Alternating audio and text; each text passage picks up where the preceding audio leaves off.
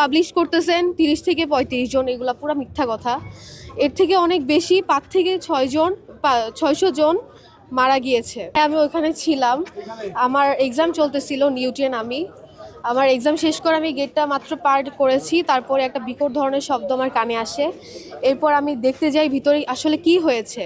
এরপর আমি ঢুকে দেখি আমার সামনে দিয়ে 3-4টা জ্বলন্ত বাচ্চা, মানে মাথা থেকে পা পর্যন্ত একদম পুরো জ্বলে গেছে এরকম বাচ্চা আমার সামনে দিয়ে যাচ্ছে। এরপর আমি নিজে ক্যাম্পাসে ঢুকে দেখলাম যে অনেকগুলা বাচ্চা নিজের বাঁচার জন্য বের হয়ে আসতেছে, কিন্তু কোনো মানুষ তাদের হেল্প করতেছে না। মানুষরা ভিডিও নিয়ে ব্যস্ত। মানুষরা আসলে, মানুষের বিবেক বলতে আজকাল আমি বলবো কিচ্ছু নেই। একটা বাচ্চা যেখানে বের হয়ে একটা পানি চাইতেছে, তখন যদি মানুষ ভিডিও করে, এর থেকে খারাপ জিনিস আমি আর দেখিনি। এরপরে আমাদের লাশ বের হয়েছে অনেকগুলা, কিন্তু আপনারা পাবলিশ করতেছেন 30 থেকে 35 জন, এগুলা পুরো মিথ্যা কথা। এর থেকে অনেক বেশি 5 থেকে 600 জন মারা গিয়েছে। আর স্পট ডেটগুলো রাত 2টা বাজে বের করা হয়েছে আমাদের ক্যাম্পাস থেকে। এগুলো আমরা লাইভে দেখেছি, রাত 2টা বাজে যে আর্মিরা বের করেছে লাশ। আপনারা তো শুনেছেন যে রাত 2টা বাজে লাশ বের করা হয়েছে, আমরা লাইভ দেখেছি।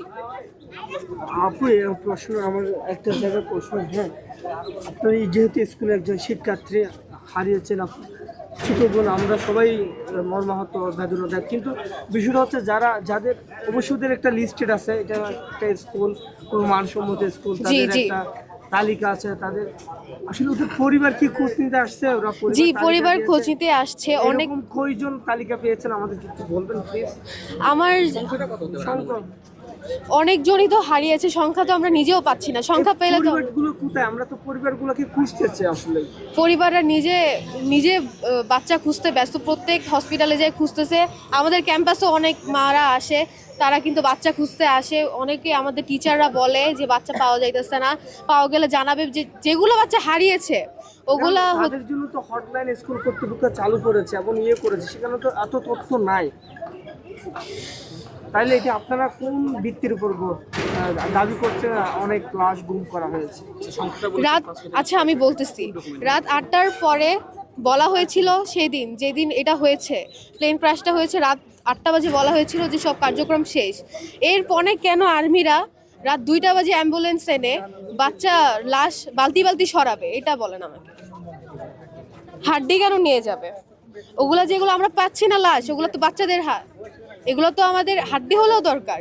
ওনারা কেন না বলে এটা সরাবে? এটা আমাকে বুঝান। সরকার তো ইতিমধ্যে ঘোষণা দিয়েছে যাদের পরিচয় শনাক্ত করা যায়নি তাদের ডিএনএ টেস্টের মাধ্যমে শনাক্ত করা হবে। তারপরে কেন এত ডিএনএ টেস্ট দেওয়া হয়েছে, তাও পাওয়া যায় না, পাওয়া যাচ্ছে না। ডিএনএ তো এক সপ্তাহ একদিন তো আসবে না, সময় লাগবে। সময় দিয়েছি আমরা। এরকম তো পরিবার তো 5-6টা বা 7 জন, কিন্তু এই যে আপনারা 100-200 লাশ গুমোতে, অত পরিবার তো আমরা কাউকে খুঁজে পাচ্ছি না।